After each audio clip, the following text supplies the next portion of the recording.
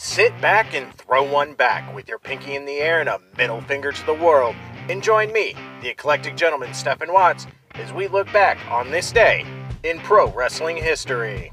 But before we do, put that drink down, like, share, and subscribe, and without further ado, let's get our wrestling history on. Ladies and gentlemen, boys and girls, children of all ages, it is June 4th, and we're going to start off as we always do on a positive note. That's right, these are your pro wrestling birthdays. 1937, the legendary Gorilla Monsoon. 1955, one of them Malenko boys, Joe Malenko. 1973, Mikey Whipwreck. 1982, Germany's own Jazzy Gabert.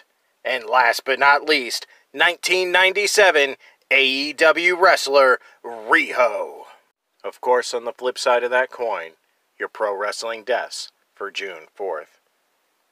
2000, former NWA Mid-American Tag Team Champion, Lee Fields.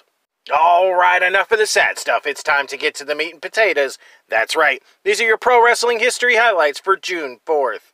And a super short trip in the Wayback Machine today, as we start in 1973. Gorilla Monsoon, on his birthday, teams with Haystacks Calhoun to defeat Mr. Fuji and Turo Tanaka in a 2 out of 3 falls tag match. And this day doesn't get any better in pro wrestling history for Tanaka or Mr. Fuji, as we fast forward in 1979, when Jerry Lawler and Bill Dundee beat the two to win the Southern Tag Team titles in Memphis, Tennessee.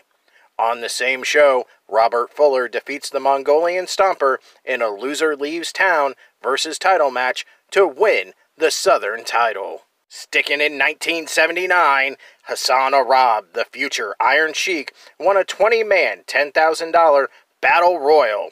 This is actually the first Battle Royal ever held in Madison Square Garden. Grabbing my boombox and going to the 80s, 1984, NWA World Champion Ric Flair defeated NWA World Television Champion Tully Blanchard. Skipping ahead a year to 1985, the U.S. Express Barry Windham and Mike Rotundo defeat the Iron Sheik and Nikolai Volkov by a countout in what would turn out to be the final WWF spot show in Staten Island, New York.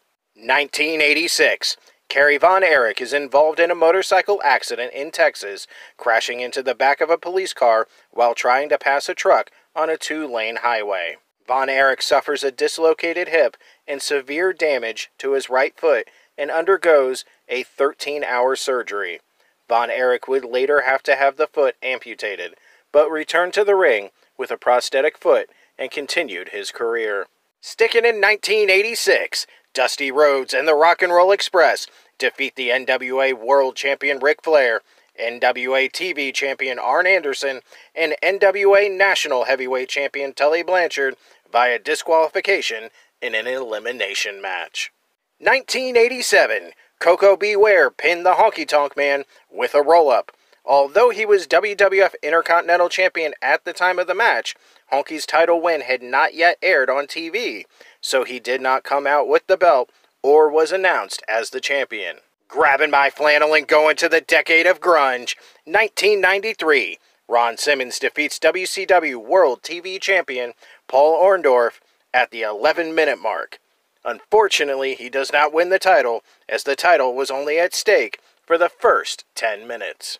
Those were your short but sweet pro wrestling history highlights for June 4th. I'm the eclectic gentleman Stephen Watts, and we'll see you tomorrow.